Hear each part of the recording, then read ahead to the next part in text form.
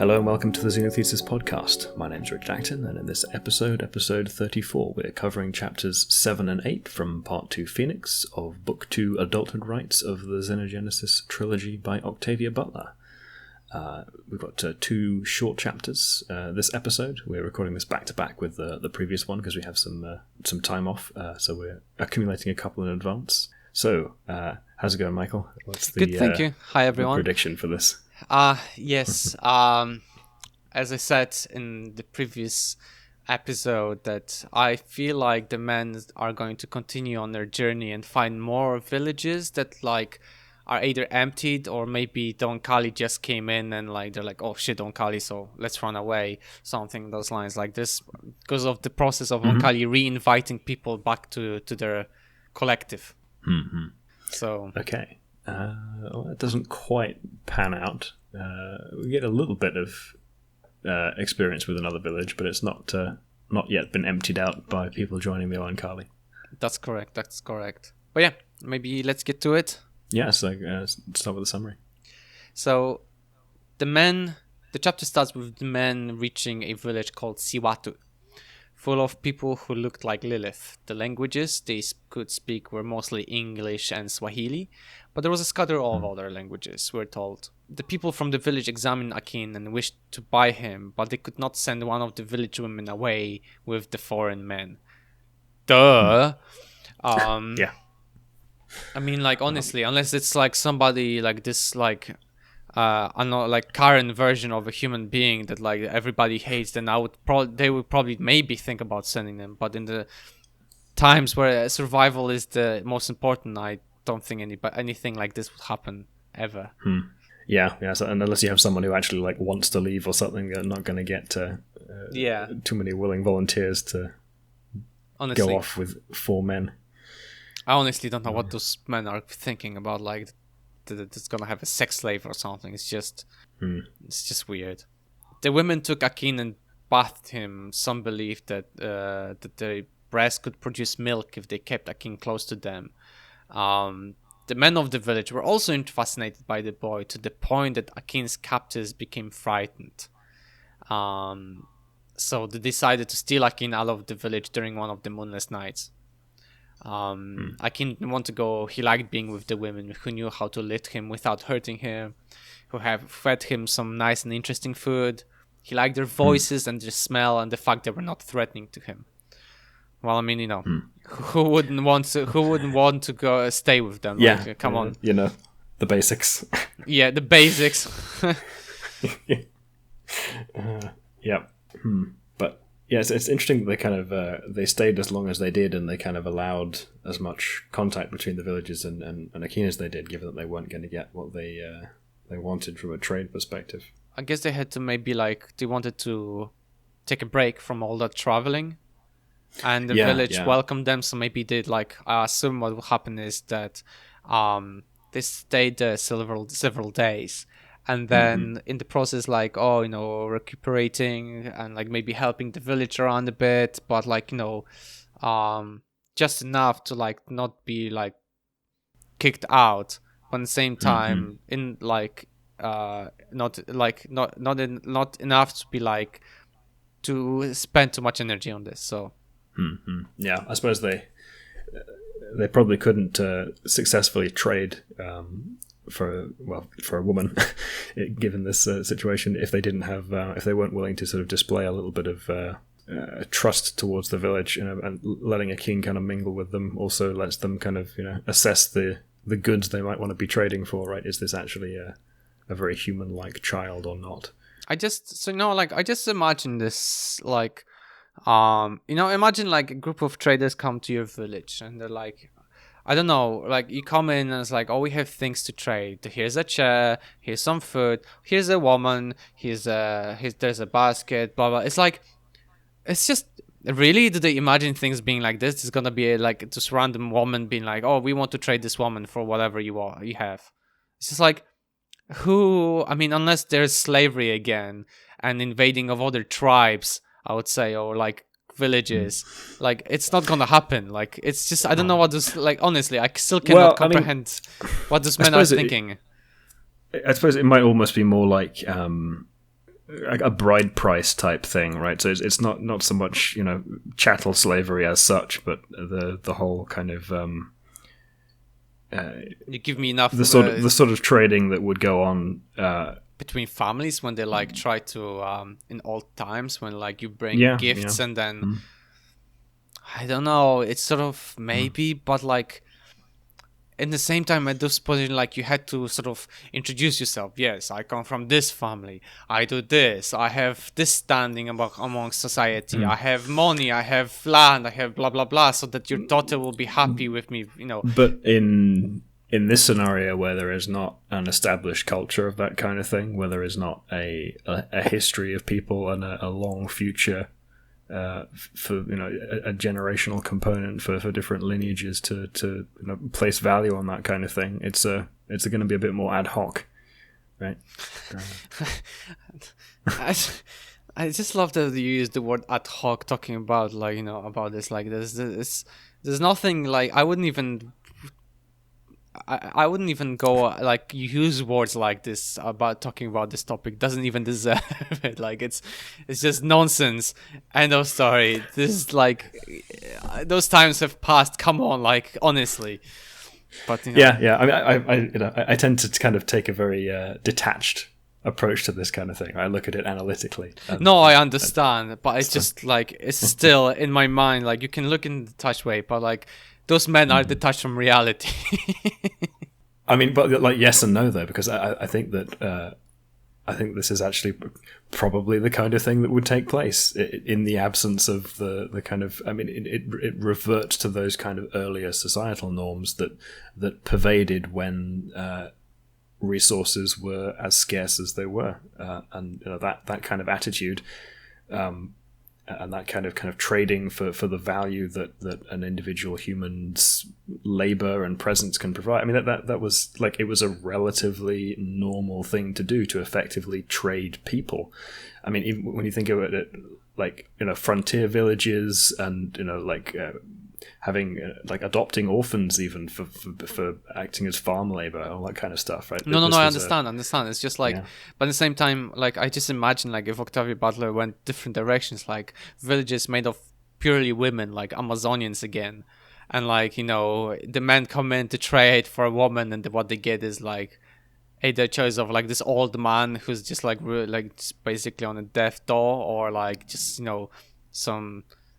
I just imagine like if you twist the turn the tables around, it'd still be messed up thing to think about. But like the men would be surprised if like suddenly they reach a village and there's like, yeah, we don't trade women here, we trade men, and you've reached a village that you shouldn't have like reached, and it's just like, oof. It's not only they can't sell the construct, they're now becoming slaves themselves. Yeah.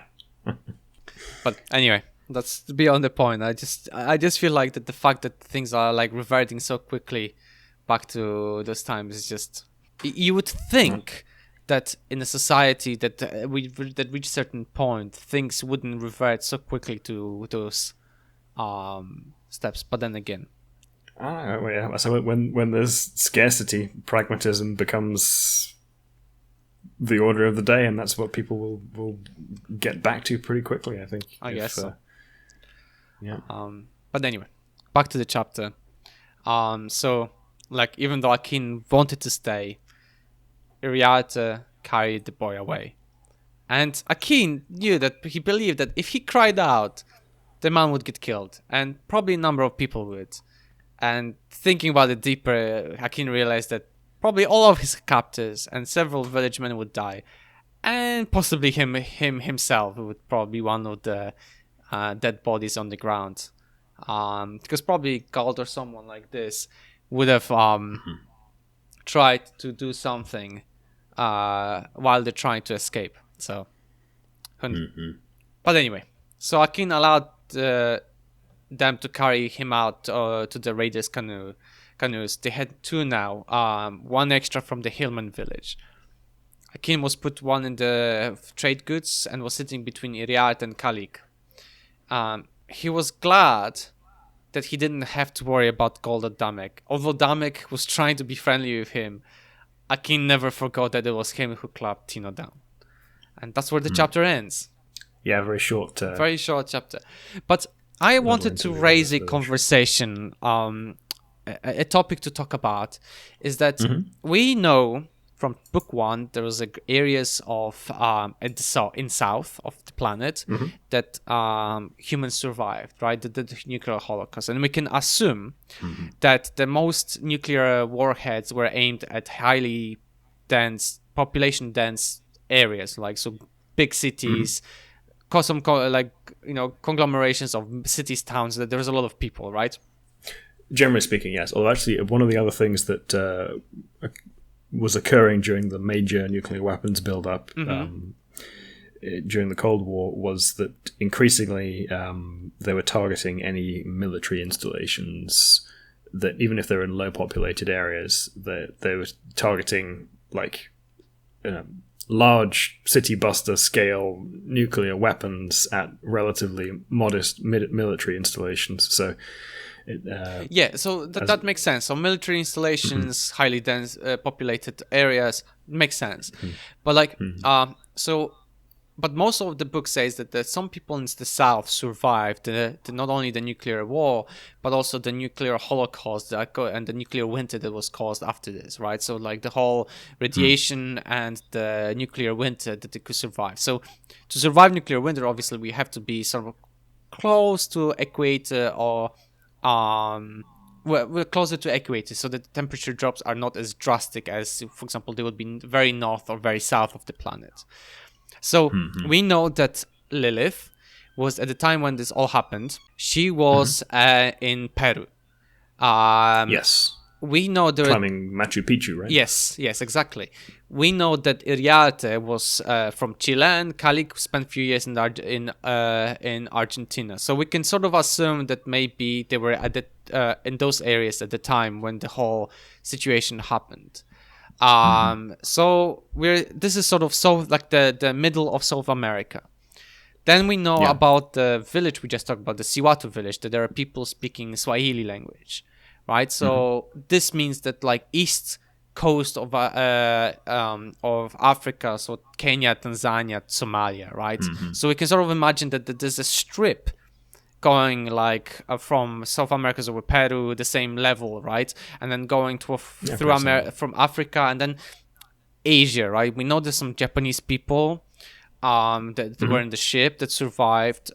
So I assume maybe it's like the strip that we're talking about is like in Asia-wise is like south of China, Indonesia, maybe north of Australia, that people survived. Like obviously we're talking about like when there's massive cities and stuff, like, but if there's places that people could survive, it's sort of this strip of of the planet that sort of.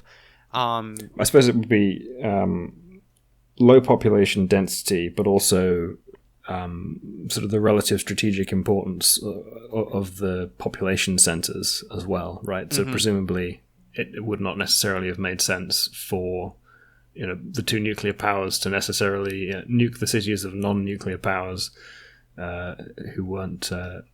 Sort of likely to pose a serious threat subsequently in the conflict, right? They'd focus their resources on the nuclear-equipped allies of and conventionally militarily important allies of the opposing forces. So there could well be a few significant population centers that wouldn't have been targets. So I was just thinking then, like two questions actually. Where could all this situation, like all this story taking place on the Earth? And two, where it was the collection? Because we know about the Southerners, people being in the South, right? So maybe we're talking about like the whole events of where this whole book is taking place somewhere near the equator. And two, probably America, because like South America, because we're talking tropical forests, so potentially that would be the area that this is all taking place. Although it doesn't have to, but I assume because in Africa we have massive desert, and probably the nuclear holocaust wouldn't help that.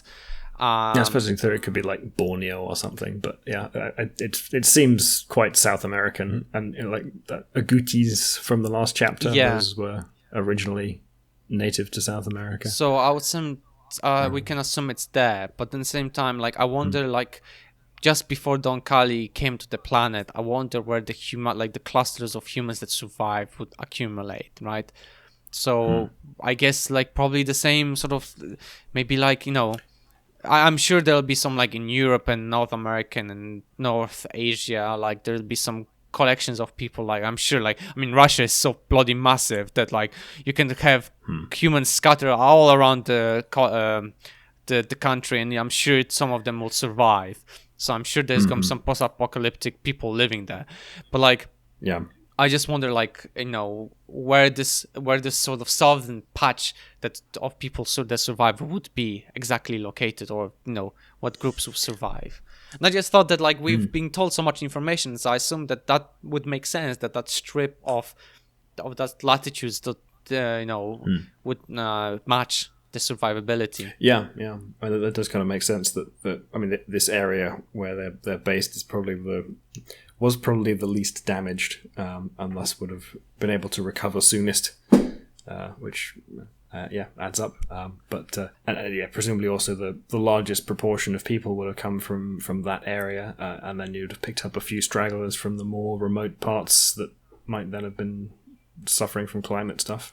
Yeah, but I also feel like I wonder how does the areas that were most nuked look like now, like.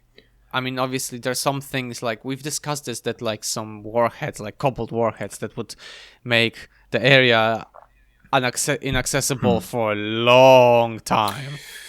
Yeah. Actually, it's a good point, because, I mean, a lot of the more modern nuclear ordnance is higher yield and cleaner than, like, the first two bombs, for example, they dropped on Hiroshima and Nagasaki. That would have been... much dirtier as a nuclear explosion, much more radiation in the long term than you're likely to get from like a modern hydrogen bomb warhead, because you know you're converting more of the nuclear material immediately into energy to a more explosive yield. So there's less of it like hanging around in the long term as a sort of slow burning nuclear material, and perhaps the inhabitability is not terrible in some regions. Not great, not terrible. Yeah. Although, of course, there's still like a lot more explosive power. So you know, the total volume of material is higher. So I don't know whether or not the improved yield will compensate for the increased volume. No, honestly, it just make me think like they're probably in South America. It's all taking place, and also the fact that you know I wonder how destroyed north of North America is, and you know areas, because I mean it would certainly be interesting to know what the climactic situation is near the poles, and how much ice have we got, and the increase of ocean levels, and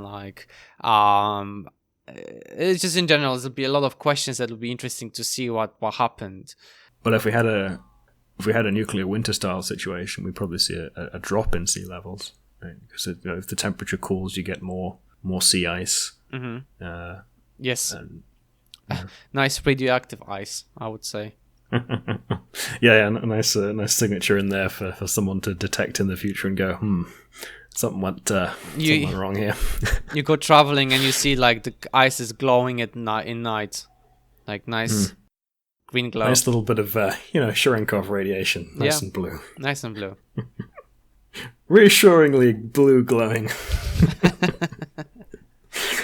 I mean, that kind of thing would probably leave a pretty distinct... I mean, I don't know if it would leave the kind of the visual layer that you get from... What was the... There's that, like, red band in the geological... record. There's a particular layer, it's like really rich in iridium or something, where there was a major asteroid impact that you can make out in a lot of the a lot of places. If you go and look at the kind of sedimentary rocks and stuff, you get a kind of similar thing from a major nuclear event, I imagine. Although I don't know if it would be possibly visible. It would be especially near detectable. It. So, but those things usually we detect like, you know, in several 100,000 years, right? So like, you know, if we jump in, you know, several millennia forward, then look into the sediment and the rock formation, then maybe like, oh yes, this was the point where we all blew each other up. Nice.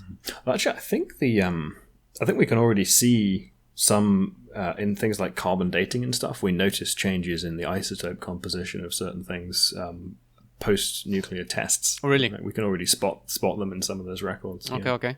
They have a particular signature. Oh, just interesting. So if you if you ever had a thing from a parallel timeline where there hadn't been nuclear tests, you could do some carbon-14 stuff and figure out whether or not it was actually from a parallel universe. Yeah, I was going to say that like I recently found out that like the only way to know, for example, honey from adulthood honey is the carbon-14 presence. Like the adulthood, because you can physically cannot the difference because the same sugars like fructose, right? So and glucose, so you can't really tell the difference between them unless you do the carbon dating, and the adulterated honey will have a different composition of will have no carbon-14. And more interestingly is that you can actually pinpoint where the honey comes from based on the metal ions accumulated in it, like for example selenium and some other like metal ions that are present, for example, because they're very distinctive from areas from like Europe, America and stuff like that. So just an interesting fact for that, like if you want to know adulterated honey and say, oh, it's not, it's unless you know like the person who produces honey, you can trust them, it's most likely you will not be able to tell the reality. But reveals the level of forensic insight you can have for that kind of thing if you really pay close attention. Yeah, honestly. But yeah, I was just curious about like the whole survivability after war, like where would people survive? And I thought, that probably that strip of land is of Earth between those two different latitudes would probably be the sort of the optimal point to be. Unless you were in the city, then you probably were dead. Yeah.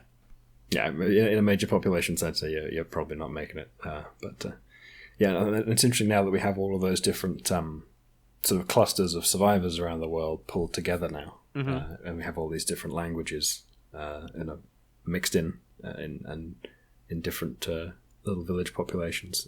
Yeah, and of course, it makes sense that you'd have a certain amount of assortativity based on language, right? So you'd have the different villages speaking the languages where the whomever was the dominant group, basically.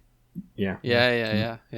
It's interesting because, like, I mean, obviously English, like most like the colonies and past colonies in Africa, and obviously English being international language, so it makes sense that speaking English and Swahili, but then we have the Spanish and German, and we know that like there was village.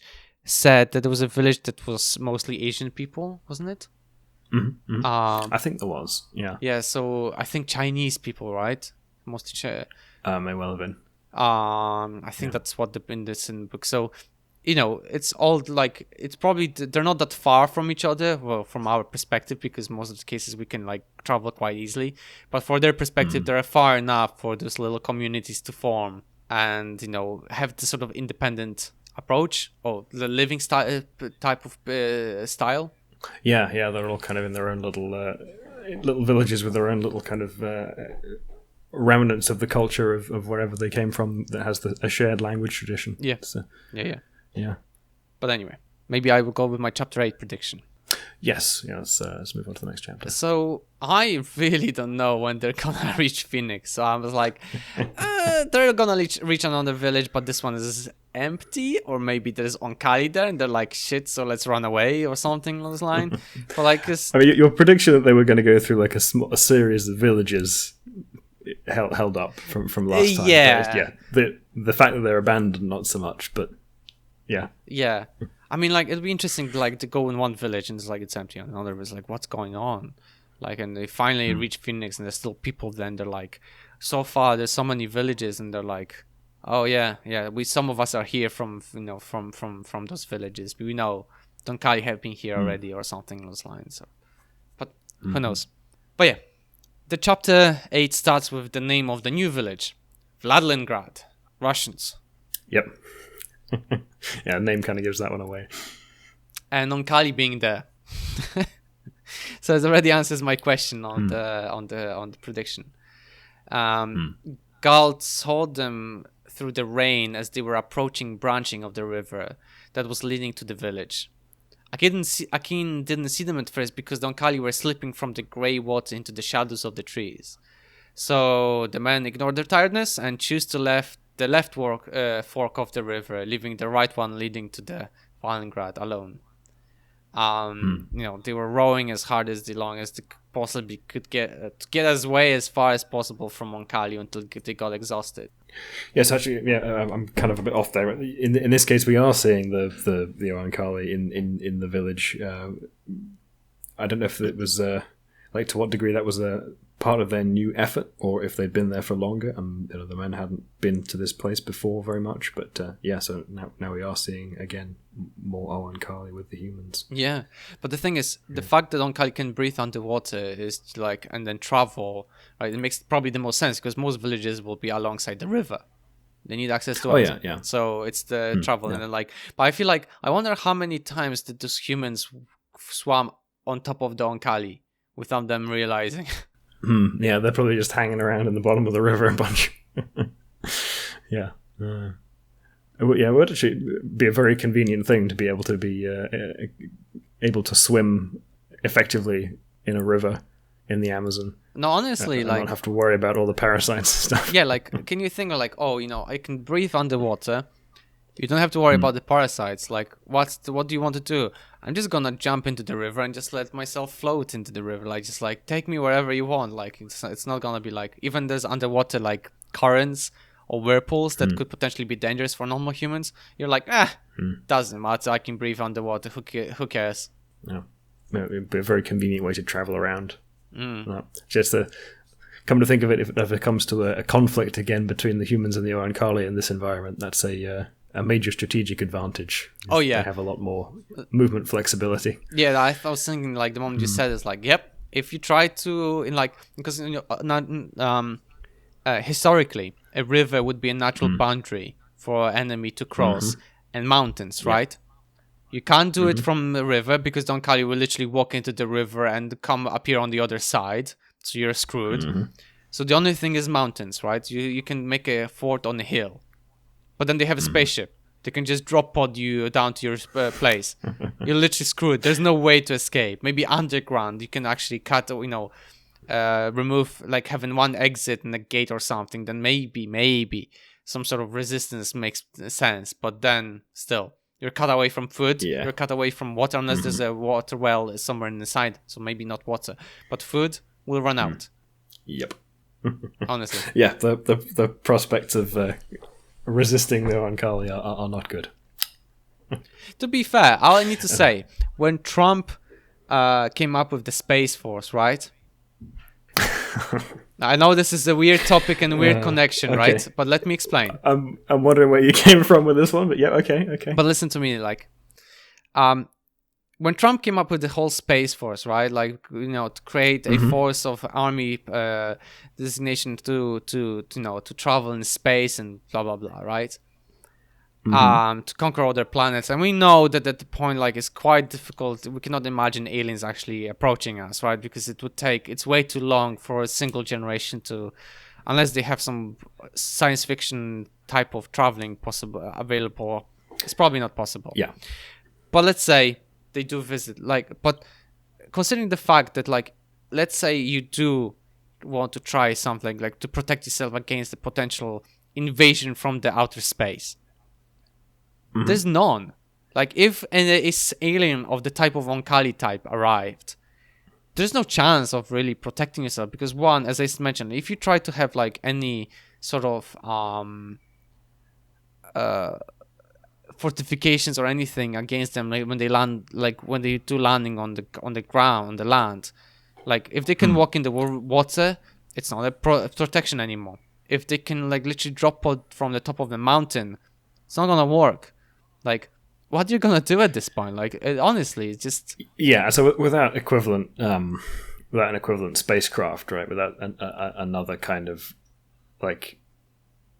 mothership type entity to fend off their decisive space advantage, then you're screwed, right? Yeah, so it's a very serious strategic advantage. Now, connecting it to the Trump space forces, instead of wasting time on that, if you actually had wanted to do something about space, you should start like having somebody smarter than him. I mean, let me narrow down the spectrum. Somebody who has some idea on planning of against things like this should be hired by him and come up with plans of what to do, and in case, because that otherwise makes no sense, right? To have any space force in general. Well, I mean, it makes no sense to have it for a variety of other reasons, including like the international treaty that is supposed to guarantee like non-militarization in space that has kind of, kept us from doing these things. Like it's been America's kind of almost gone down like the space militarization route in the past, in the kind of Cold War era, when they were considering doing there was this whole project from DARPA with the Project Orion, with the nuclear powered spacecraft, the big like putt things. Is it the one that you told me that's basically propelled by nuclear explosions? Yeah, it's a fairly crazy. So the what you have is a spacecraft. It's an ordinary cylindrical looking thing, but instead of using a conventional rocket firing out the back, what you have is like a massive kind of donut.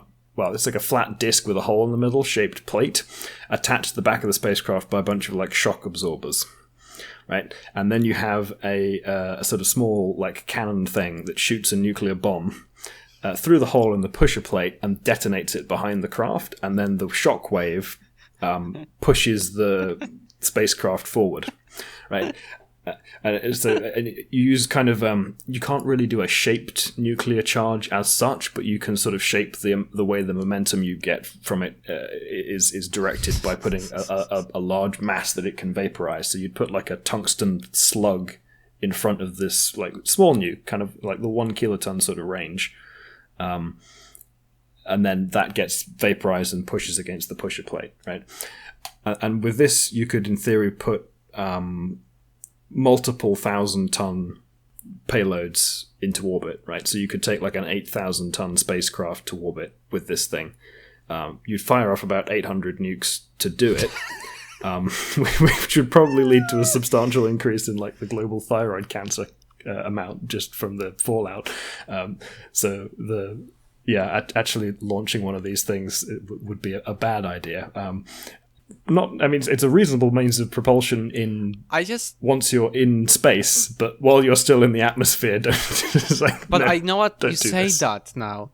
I feel like a mothership, if we created a mothership on Earth, that would be probably the only viable way to actually projectile upwards from the planet. Like if we made like a massive ship that we can fit like, let's say, whole humanity in, which would be crazy. But if we could, that would be probably the only thing would probably lift it off. So getting out of the gravity well, you'd want something with the kind of yield of nuclear weapons, yeah. But that's why you tend to do it in stages, right? You send people up out of the well a little bit at a time, and you build a big ship in orbit, right? It's rather than building it down here and pushing it up. But if we did build on the it's planet, a ridiculous amount of energy to go up the gravity well. Well, it's just so funny. Like, let's just detonate several thousands of nukes just to get this behemoth out of the planet. Yeah, I mean, the test vehicle they planned for this was actually, they had a small mock-up that would have fit inside a Saturn V, and they would have sent it up and done the nuclear propulsion tests, on orbit rather than in atmosphere. Oh God.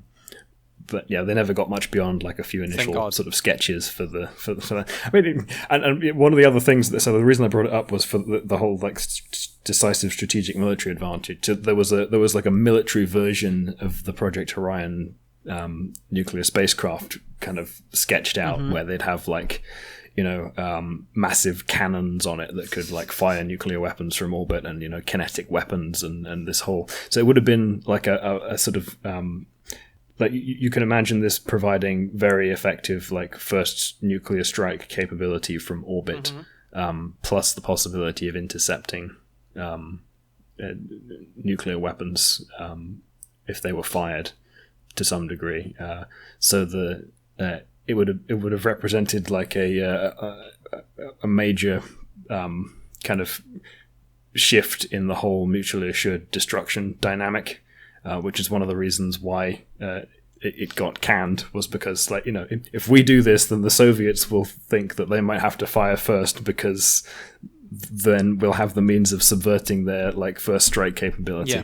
There were a few other things like that with the whole Star Wars program, where it was like, if we actually develop the technology necessary to intercept the weapons, then we have it no longer is mutually assured destruction. So it wrecks the game theory of that whole dynamic. But yeah, so it's a similar problem. But yeah, without something with that kind of delta V and that kind of mass, that kind of ability to move large quantities of mass around in space, you wouldn't really, you wouldn't stand a chance against an alien spacecraft of any substantial size, right? You'd have to have something that would match it, because like being in orbit gives you crazy strategic advantages. Yeah, if you have weapon systems up there. Yeah. It's just Anyway, off tangent. Yeah, as usual. As usual. Starting from like the natural fortification of the land usage of to going to the nuclear warships, like we are great at this. Going off time, honestly. Yeah. Well, we started on like a military tactics direction, and then kind of veered. You can see how we got there. You can see where we got. But my like Trump Space Force was that was the hard departure, right? Yeah, you can tell how my brain works sometimes. I mean, my brain working is already an oxymoron, but hey, anyway. So back to the chapter. So the men rode as hard as long as they could to get away from Oankali, until they got physically exhausted and couldn't go on anymore. Finally, they needed a break, so they moved to the land, and they hid their boats and ate some smoked fish and dried fruit from Siwatu. They had from Siwatu and drank some mild wine. Again, one of the men, Kali, gave some wine to Akin, honestly, who seemed to like it, but only drank a little. He didn't like the effect of alcohol had on his small body, the feeling of disorientation. So the first time they gave him alcohol, that must have been some sort of moonshine. This time they were giving him some wine. So, okay, progress. Yeah. Interesting. Yeah, it's interesting actually that he kind of experiences it as a 1-year-old, like normally physiologically, right? He gets a little bit drunk off of it, but I might have thought that maybe the Oankali would just like break it down super efficiently and not even have any effect. Potentially, maybe there's like because Akin is a construct. Maybe there's still some part human. Yeah. So after being fed by Kalik, Akin decided to collect some nuts and brought them back to the man. Kalik cracked them open and both of them enjoyed them. Then Akin gave some to Iriate, making sure beforehand that they were good and there was no insect-infected ones present. Damek also tried to collect some nuts, but almost all of them were infested with the insect larvae. This is the excerpt from the book where just the chapter finishes. This fact made him stare at Akin with suspicion and doubt. Akin watched him without facing him, watched him without eyes until he shrugged and threw the last of his nuts away in disgust. He looked at Akin once more and spat on the ground, and that's where the chapter ends. I think Akin is playing a long ball here. I think, although it's directly spoken here, Akin is building a favor for Iriart and Kalig, who found out that actually carry him, and Damek, who hurt Tino, and Gold, who is basically going crazy. Like there's gonna be a fight between. I think he's sort of building up this mistrust within the group between the men. Okay, interesting. Yeah, I think there's a big brain. This whole thing with him. Yeah. Sorry, go ahead. I think there's a big brain action from Akin there, like just the build up. Okay, yeah. So sowing dissent among the ranks. Yes. This whole bit with him, like collecting the nuts and being able to tell from the outside, like which pods didn't have larvae in them, And it's just like, that's really quite there funny. you go. These were good ones. And the man's like, oh, there's nuts, and they're just like worms inside. It's like, what the hell? All of them, Yeah. And it's just Akin not even looking at them, but you can sense it's like this kid knows. Hate him. I hate you. Like Anakin from Star Wars. Oh dear. The question is, who's going to have the high ground this time? Akin or the man? Well, I suppose Akin's stature makes it a bit difficult for him to have high ground. Probably the same level, even though Akin's high ground is the same level, but still. Let's say he has the moral high ground. But yeah. So maybe let's go to my chapter 9 prediction, because, you know what? I wrote this, okay? The men reach another village. Maybe finally Phoenix? But I still I feel personally that might be still too soon. I thought maybe there's still gonna be something with the Oankali. Like the mention of Oankali several times, maybe there's something gonna be there. But I feel like either Damek or Gold are gonna try to do something stupid to the boy. Like Gold, I feel like Gold is gonna be the one who finally snaps with the craziness, and there's a brutal fight between the men. Like there's something. Okay, so you think they'll? Yeah, there's something's gonna fight amongst themselves. Yeah, something's gonna trip them and trigger something, and they're just gonna go ham on each other. Okay, interesting. Come on, spill some beans. Come on. Yeah, but yeah. So you think we might be getting to the point where Phoenix is coming back in, having predicted it a few times. Now we've been to like 3 different villages that weren't Phoenix, so maybe we're finally getting around to Phoenix. Yeah, I mean, like, I feel like, I mean, the chapter is called Phoenix, so they have to reach the village at some point. But, like, I just feel like... Yeah, the section. There has to, I don't know, like, I feel like there has to be some sort of breaking point just before, like, I mean, usually books or stories would go like this, you know, like, just about before they reach the final destination, something happens, and then they finally reach, but, you know, like, all tired or something, you know, like, exhausted because of the events just beforehand, right? Okay, yeah. And if they do get to Phoenix, how do you think Akin will react? How will he? I really don't know. It depends on the status of the village, because we know from Tino that a lot of people started leaving the village, right? That like initially they were working hard, trying to like regain the status they had before, but they realized they have no kids, so.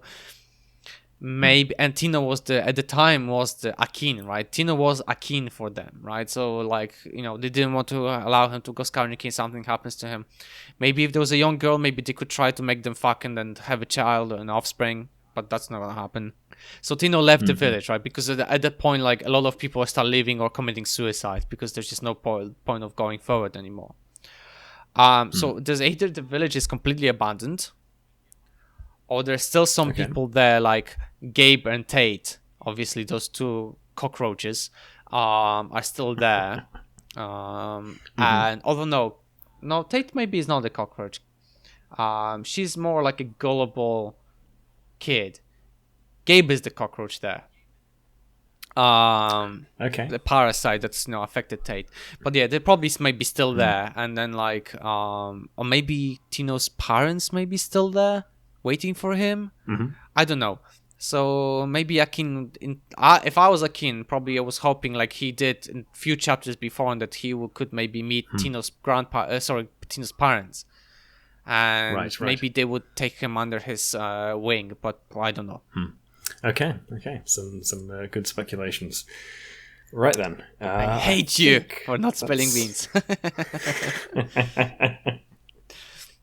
Well, that's the whole point. I know.